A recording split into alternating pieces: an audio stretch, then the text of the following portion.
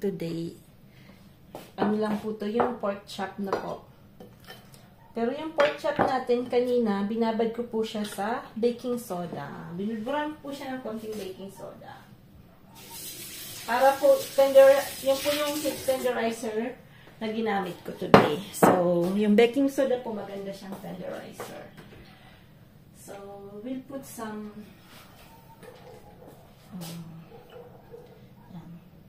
soy sauce na po.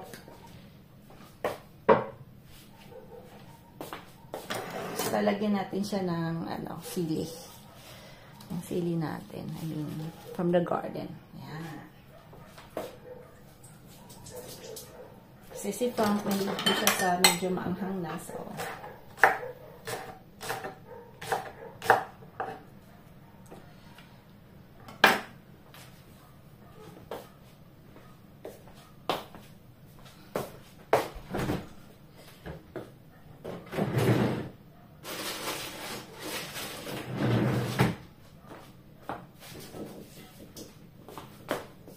we will put some. This one I cut like this because after I want to plant na po. I will plant that.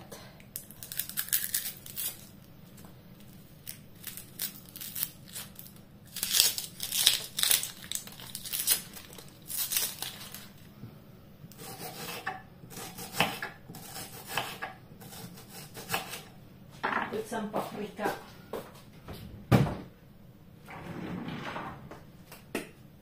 Paprika. And some ginger, a little powdered ginger.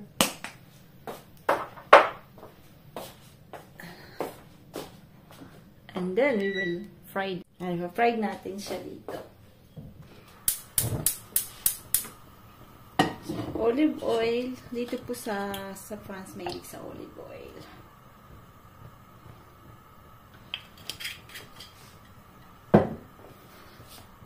Kanina natin, medyo natutong. Gusto ko sana mag-music. Kaya lang, baka ma-copyright tayo na po.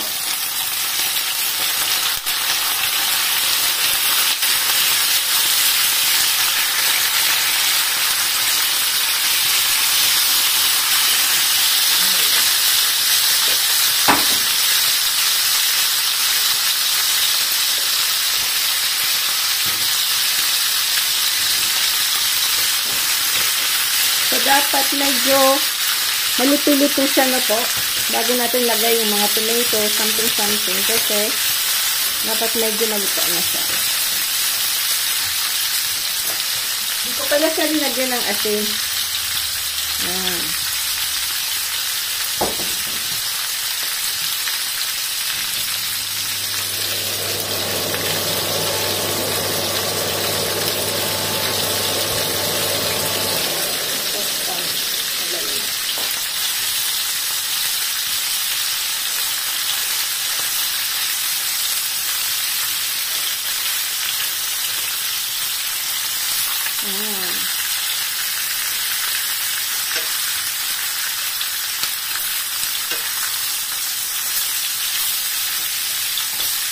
Sana hindi masyadong mangahang yung nilagay ko.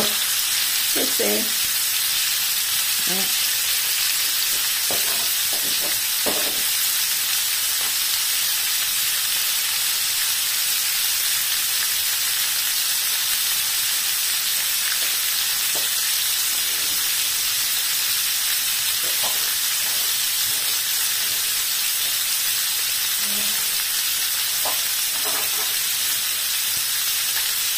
lagyan natin ng bell pepper.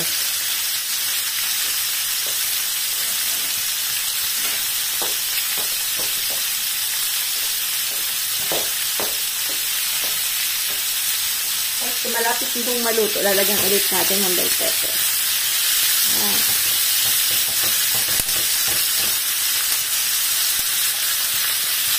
So, nilagyan ko po ng, I put a lot of vegetables na po para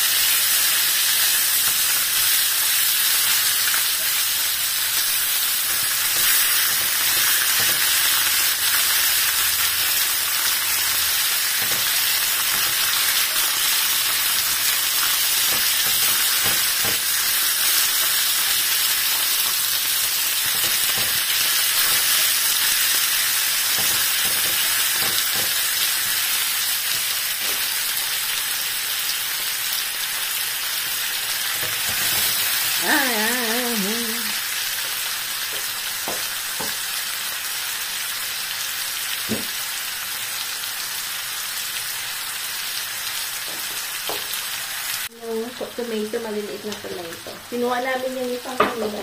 Hindi ko pala nabigyan.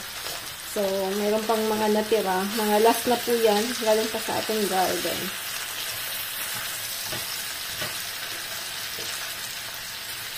Lalagyan natin ng vinegar na po. So, you always use apple cider na po. So,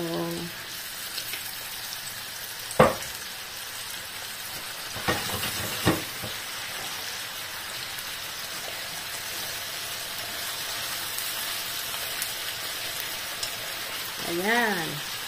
Ilagay natin. Ayan.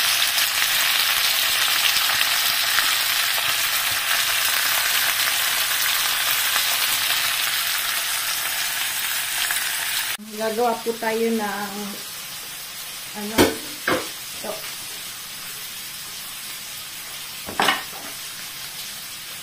Nag-igisa po tayo ng sayote. That's galing po sa garden natin, no? Ay.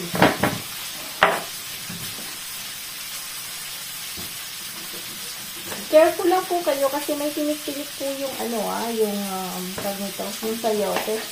So, sometimes, nakakasugat din. So, be careful.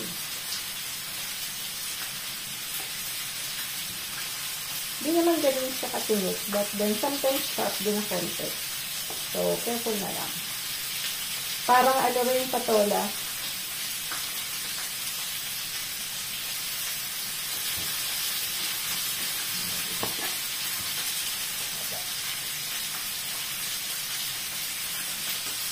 Medyo matigas na yata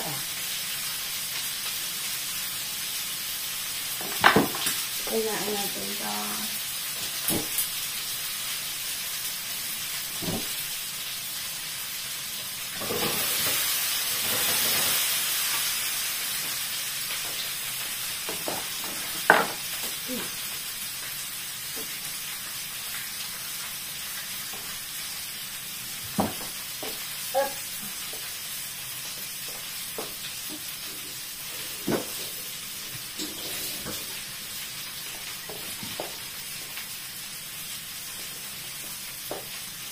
Pala. Tatakpan.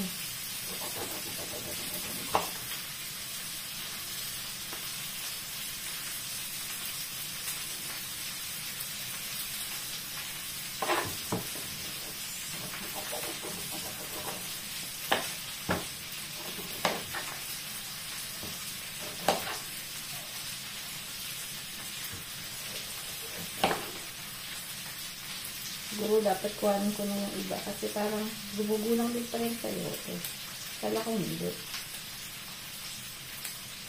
Or matagal po siyang masira. So, naiibak siya ng konti, no? So, mamaya kukunin natin yung sayote kasi kumakapal pala yung balat nito.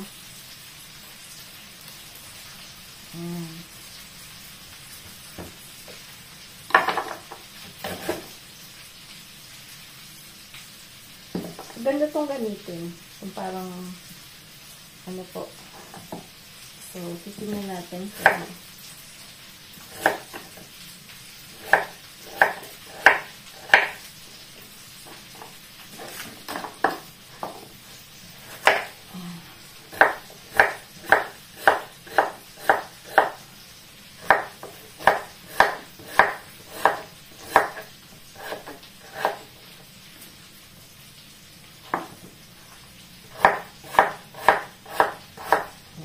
Ito lang lulutuin natin. Lalagyan natin ng dalawang shrimp.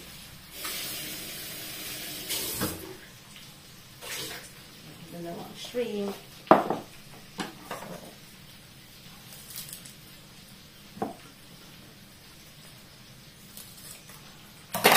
Pampalasa lang po yan. Dalawang malaking shrimp. Pampalasa lang. Ganun lang po yung luto ko niyan. So, patay ng bawang, sibuyas. Tapos, lalagyan din natin ng tomato. So, Ooh.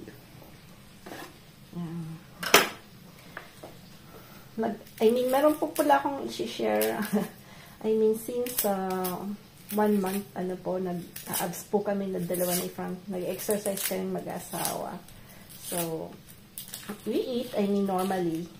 Pero hindi na po kami kumakain ng mga in-betweens. Dati kasi nainip ako sa mga chips na po. And now, no. Stop na kami. Kahit basta in-stop namin lahat ng in-between meals. Kaya lang maaga kami kumakain minsan. So, kasi at 4 o'clock, precise, nag-aano po kami, nag-exercise kami. It takes like maybe 20 minutes lang, but that's every day. So, every day walang palya yun. So, we do some, niya lang yung sa internet. So, it feels good kasi, dati, talagang yung bilbil natin kumakaliwang-wang. Medyo natanggal ng konti. Look, tingnan. Wala na yung ganong bilbil ni Manay. Pang hindi kita. Yan. Hindi na masyadong kita yung bilbil ko. Nawalang konti. Natin lang na sayote. So, it's easy. So, you can put some chicken. Kung wala naman, okay lang po. Vegetarian lang na po. It's okay kung you don't have anything na pwedeng ilagay. So, isang ganun din yung ginagawa ko. Sometimes I don't have, di ko na defroze yung shrimp or something. So, I just put,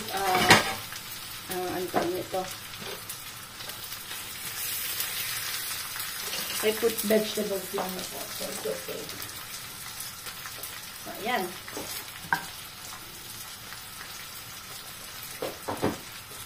Kailangan medyo anuhin natin to para bumangon. So, I put olive oil. Small amount of olive oil.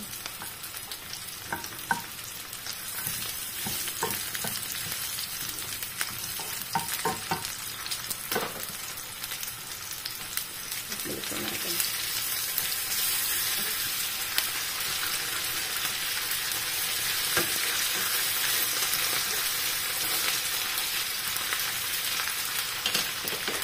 Then, we will put kamatis po kasi nagpapasarap talaga din yan.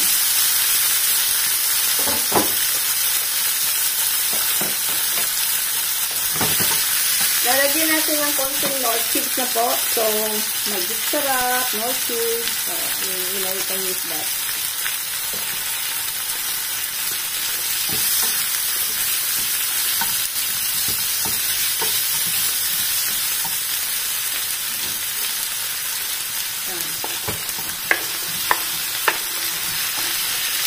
Nakapalayan ko namin ng kawali.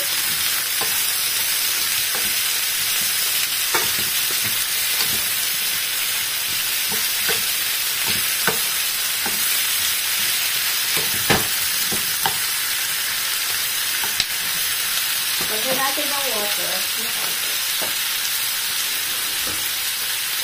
Ito lang po. Yan. Then, we put soy sauce, no? So, Pinoy po, mahilig sa toyo. Filipino loves to use soy sauce. So, I don't use a lot of salt. I use a lot of soy sauce.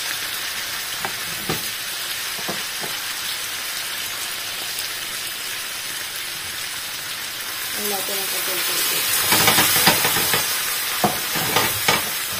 Yan. Pa natin, then, lagyan natin ng bell pepper. Papabango po kasi yung bell pepper. So, dami naman natin sa garden. So, sa side ni George, ang dami rin po sa kabila. So, we're going to check that if maybe tomorrow we have some sun. So, it's been like, tagal na pong walang sana. So, 1 week, so hindi po ako sanay kasi it's, as I said, here, parati pong sunny, but I don't know what happened. Sarap. Sarap po. As in, super. So, easy. So, yung sinasabi ko pula, if you're in Philippines na po, I mean, you can plant this, yung sayote. All year, mayroon po tayong sayote. All year, mayroon po tayong sili, no? But, sana, yan, magtanim po tayo. Masarap po magtanim at may aanihin. Hindi na po siya naisip Frank na hindi maanghang. So, yan. Patis po yan. Tsaka shallots lang na po. Sibuyas.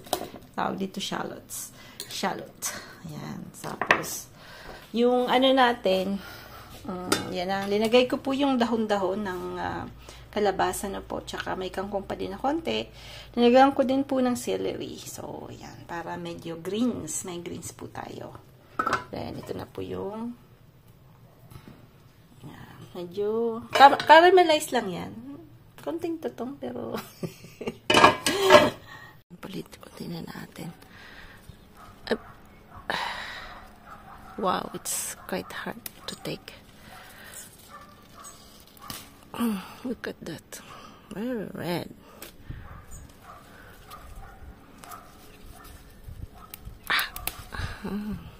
It's like this.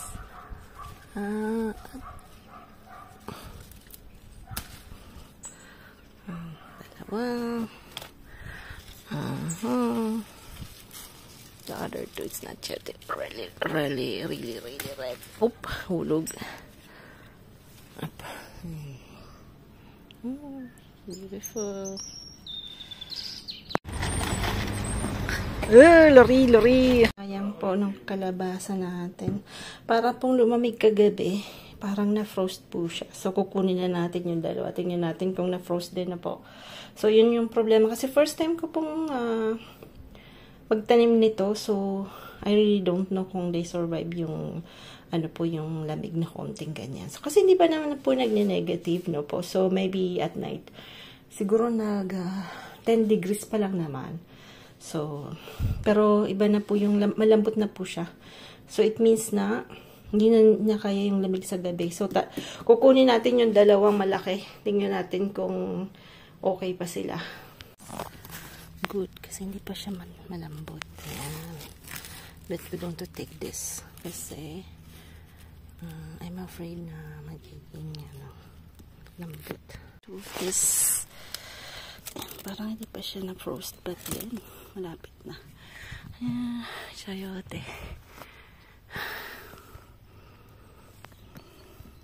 A little depressing yung weather. So, it's been like long time we saw the sun. But it's not unusual. It's not really unusual. It's very unusual here kasi in our place, it's always sunny. Even if it's windy, but it's really sunny. But no, there's no wind, but yet we have no sun and it's very, very cloudy. So, and I think it's beginning to be, it's really autumn, no? So, no more sun for us, but maybe next week we're going to have a sun again. Maybe Mr. Sun's going to coming out. So, I will show you po, I mean, yung ating capsicum is beginning to have the sign to be red. Ayan. So, it's really long for them to be reddish, no? So, maybe because lack of sun. Maybe if it's in tropical area or like in Philippines, you have more sun, so it will be more parang mas mabilis siyang magpula-pula, no? So, yan. Huwag na tayong mag-English, papahirapan pa natin sarili natin. Anyway, ayan. Pero, ayan. Parang gusto ko na kunin kasi baka lumamig na po and biglang hindi na natin sila maani. It's the same with the sayote. So, ayan, kakalay-kalay na sila dyan. Ayan, so we have sayote. Tomatoes, nagkakahalaglagan na po. And anyway, gusto ko sanang paredin to, but anyway, parang pwede na natin kuhanin yung mga iba nating sili na po. Kasi gusto ko sana pong pumula. But I'm hesitant na, I mean, anuhin na sila, no? Harvest because nga, baka biglang lumamig. But then, Frank said na wala pa namang frost. So anyway, we're going to take that risk. Big risk, but We'll see here. Yung kapitbahay namin sa likod, binigyan ko siya ng sili. I mean, tinanong ko muna siya if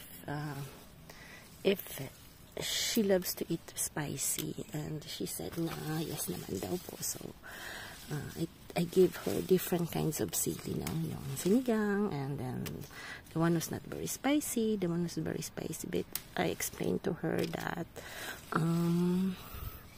we have some chilies that are really very spicy, so it's bali.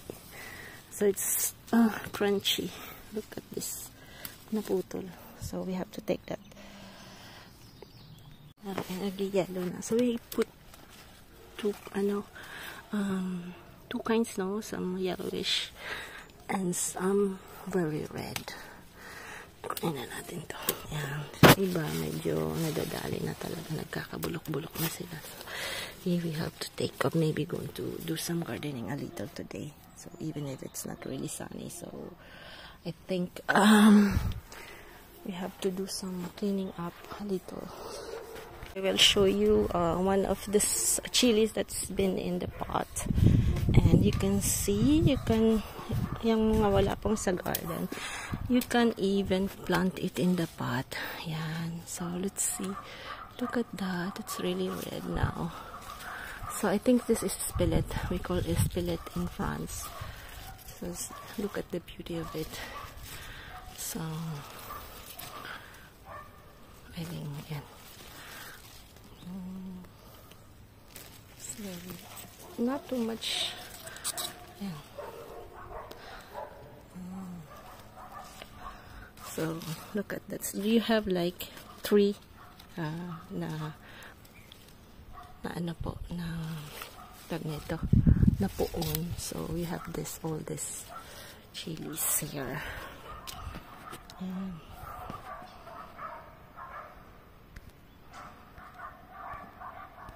Ang daming bunga. Ang daming bunga. Sige, kunin mo na yan. Kunin na. Dalawa lang yan. Tingnan niyo po. Ano? Dalawa. Là, t'as une grosse couille? Grosse couille? Non, 2. Ang kuy po sa Tagalog is bunay-bunay. Allez, t'as pas. Wow, that's big. 2. Ano kung gaano kalaki? Regarde, ils sont bizarres ceux-là. Ils sont bizarres. Ils n'ont pas le même truc. Ah oui, il n'y a pas de... Et là, C'est t'as là, une ça petite pique. là, regarde. Ça, ça pique. Ça, il n'y a pas pourquoi. C'est pas pareil. Je vois.